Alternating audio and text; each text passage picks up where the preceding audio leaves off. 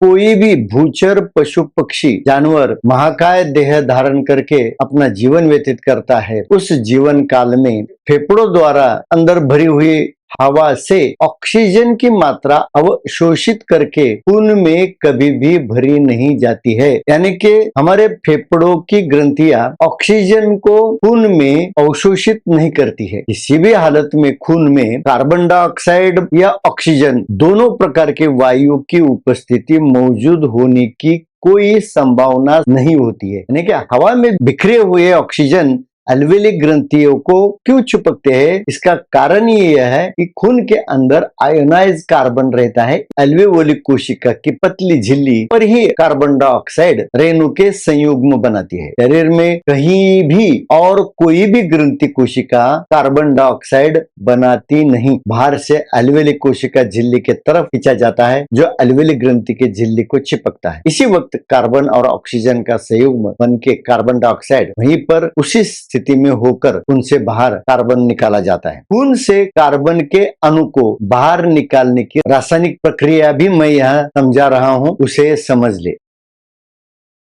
Balaghat channel को subscribe करें, like और शेयर करें और उसके साथ बेल आइकॉन दबाना न भूले। धन्यवाद। श्री गणेशाय नमः। गुरुर्ब्रह्मा गुरुर्विष्णुः गुरुर्देवो महेश्वराः गुरुः साक्षात् परब्रह्म तस्मै श्री गुरवे नमः।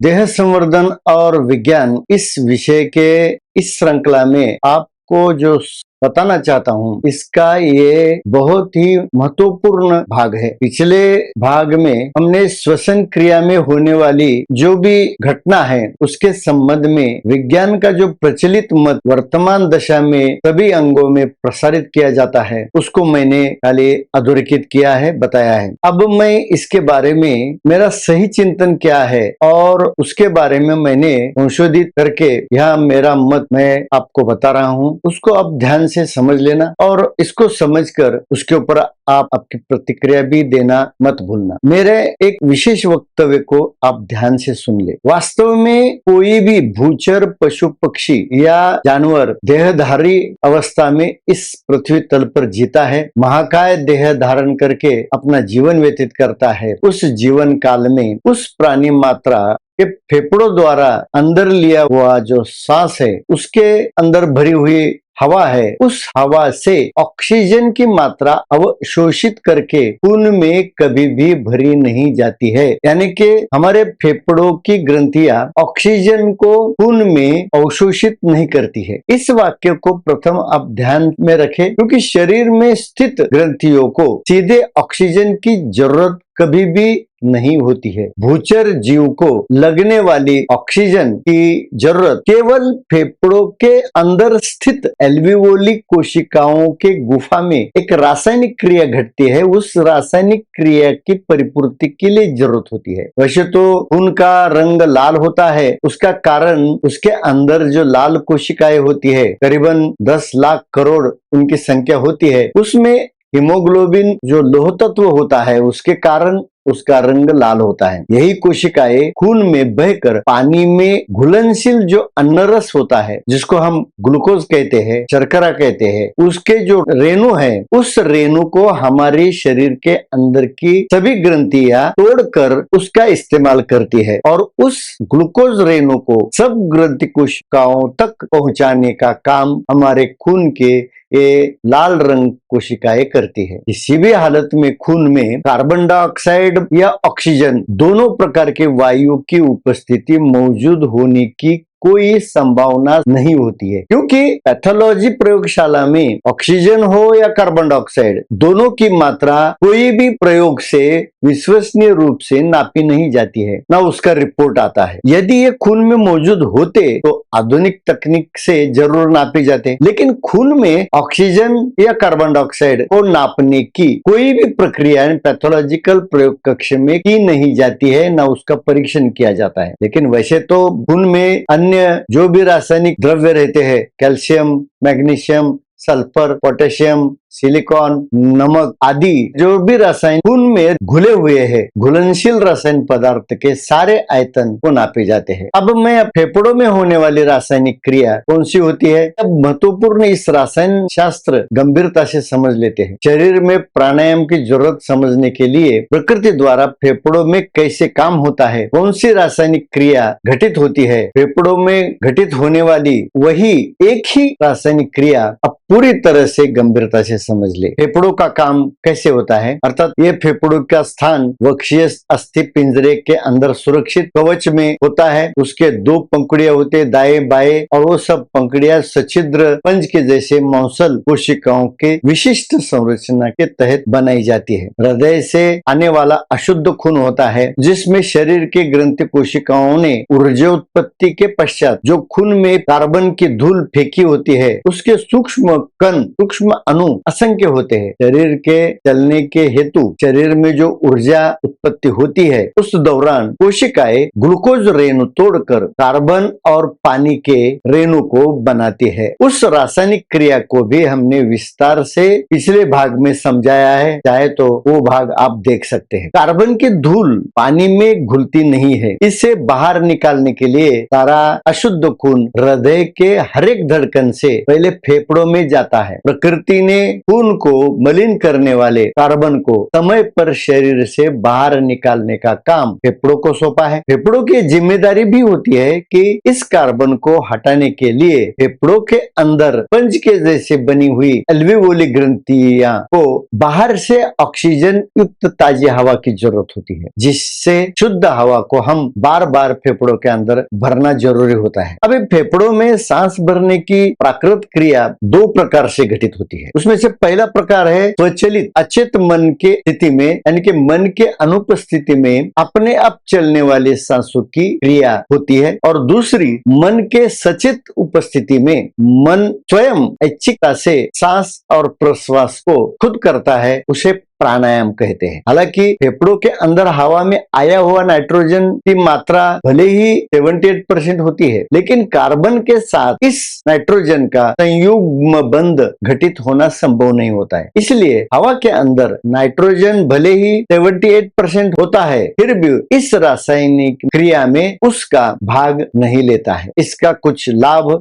शरीर को नहीं होता है। हवा में मौजूद इस नाइट्रोजन के कारण हवा का ताप ठंडा रहता है, जिसके कारण शरीर का भी ताप नियंत्रित होने में मदद होती है। हवा में मौजूद ऑक्सीजन जब अल्वेलिक ग्रंथि कोशिकाओं को चिपकते हैं, अभी यहाँ इसका उत्तर भी मैं बताता हूँ, ध्यान से सुने और समझे कि हवा में ये बिखरे हुए ऑक्सीजन अल्वेलिक ग्रंथियों को क्यों चिपकते हैं। हृदय से फेफड़ों में भेजे गए खून में उपस्थित होने वाला कार्बन आयोनाइज होता है, उसको 4 वैकेंसीज होती है, उसको 4 इलेक्ट्रॉन की जरूरत होती है, और ये आयोनाइज कार्बन के खिंचाव के कारण, आकर्षण के कारण और हवा में जो बिखरे हुए ऑक्सीजन होते हैं वो अल्वेलिक ग्रंथि को जाके चिपकते हैं। यानी कि हवा में बिखरे हुए खुले कार्बन अल्वेलिक ग्रंथि को क्यों चिपकते हैं, इसका कारण यह है कि खून के अंदर आयोनाइज कार्बन रहता है। इसके कारण जब खून के अंदर का कार्बन और फेफड़ों में उपस्थित ऑक्सीजन रेणु दोनों संपर्क में आते हैं, और उसी समय अल्वेओली कोशिका की पतली झिल्ली पर ही कार्बन डाइऑक्साइड रेणु के संयुग्म बनाती है। शरीर में कहीं भी और कोई भी ग्रंथि कोशिका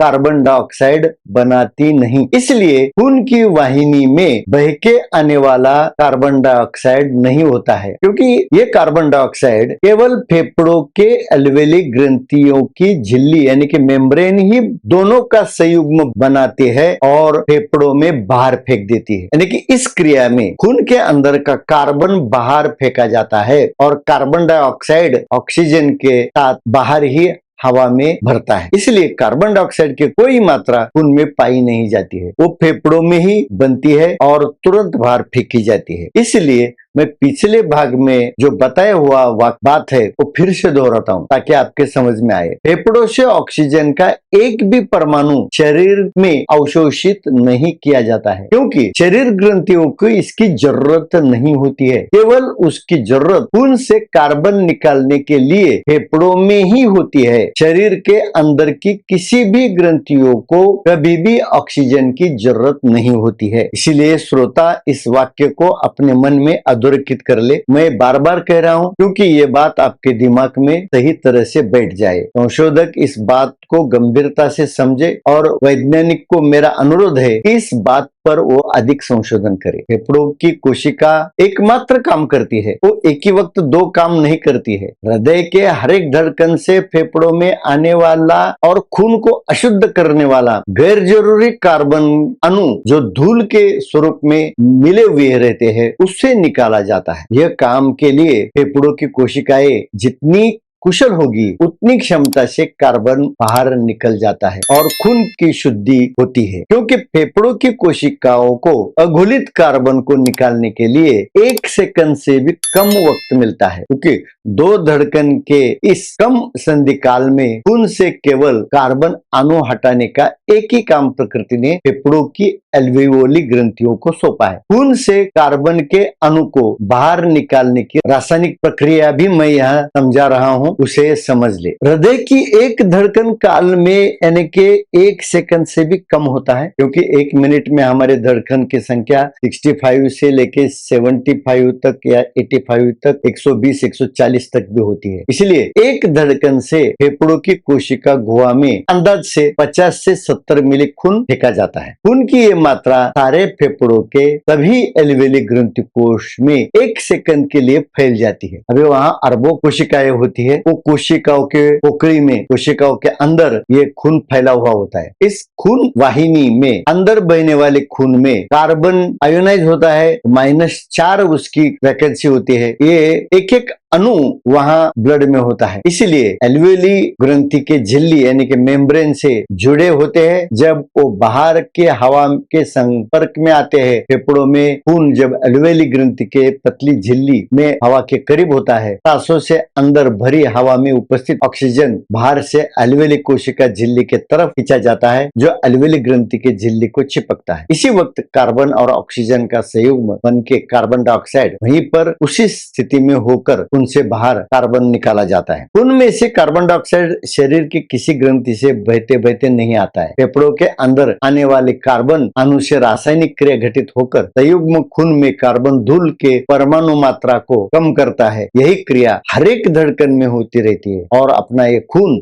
शुद्ध होते रहता है। बेशक यह रासायनिक संश्लेषण एल्वेओली कोशिकाओं द्वारा दिल की एक धड़कन यानी कि 1 सेकंड से भी कम हुआ के भीतर पूरा करना पड़ता है। संचारित खून में कार्बन परमाणु के कण बिखरे होते हैं, क्योंकि कार्बन खून में घुलनशील नहीं होते। इसलिए प्रकृति ने खून की हर बूंद को फेफड़ों तक ले जाने की अलग व्यवस्था करके हृदय को 2 अतिरिक्त कक्षों और अलग स्वतंत्र खून वाहिका के जाल से फेफड़ों जोड़े होते हैं, जिससे हृदय से फेफड़ों तक सारा खून प्रवाहित होने में आसानी होती है। इसलिए हर एक चक्र में संपूर्ण खून की बूंदे फेफड़ों के अंदर ऑक्सीजन के संपर्क में आती है। मनुष्य शरीर में अंदाज से करीब 5 से 7 लीटर खून होता है। दिल की एक धड़कन में हम अगर मानते हैं कि 50 मिली खून फेफड़ों में फैलता है, यह स्वचालित हृदय के प्रति मिनट हम 70 बार धड़कता है ऐसा मान लेंगे, तो इस गणित से एक हम समझ सकते हैं कि 1 मिनट में तकरीबन 3.5 लीटर खून फेफड़ों में भेजा जाता है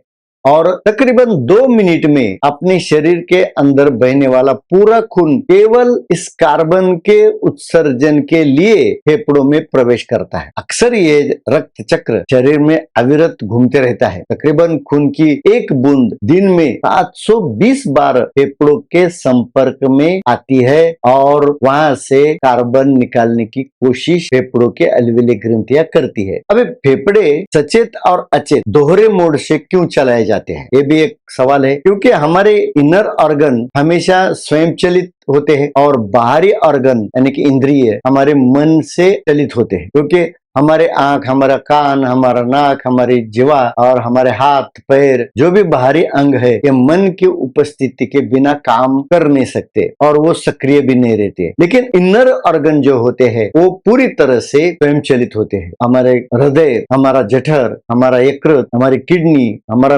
ब्रेन यानी मेंदु, स्पिनल कॉर्ड के संवेदन प्रवाह की यंत्रणा सभी स्वयं चलित होती है, सेंसरशिप से चलती है। लेकिन उसमें से एक फेफड़ों का जो काम है वो दो तरीके से चलता है, यानी कि शरीर का एक ही अंतर इंद्रियांग जो स्वचालित और ऐच्छिक ऐसे दोहरे मोड से काम करता है। प्रकृति की इस योजना के पीछे कुछ न कुछ तो खास उद्देश्य होना ही चाहिए। अब इस कारणों पर हम थोड़ा ध्यान देंगे। मन के सचेत दशा में सहज चलने वाली सांस गति में फेफड़ों की सभी कोशिकाओं के गुफा में पर्याप्त मात्रा में हवा भरी रहनी चाहिए और खून से कार्बन अणु के कण को हटाने की रासायनिक प्रक्रिया तो सिर्फ एक धड़कन में यानी कि 1 सेकंड से कम वक्त में घटित होती है। समझो फेफड़ों में यह रासायनिक संयुग्म क्रिया अगर एक धड़कन में पूरी तरह से नहीं हो पाती है तो आदमी अपने बौद्धिक कुशलता से प्रकृति प्रदत्त इस स्वतंत्रता का उपयोग करके और मन खुद फेफड़ों के साथ मिलकर ये संयोग क्रिया घटने के लिए मदद कर सकता है। अगर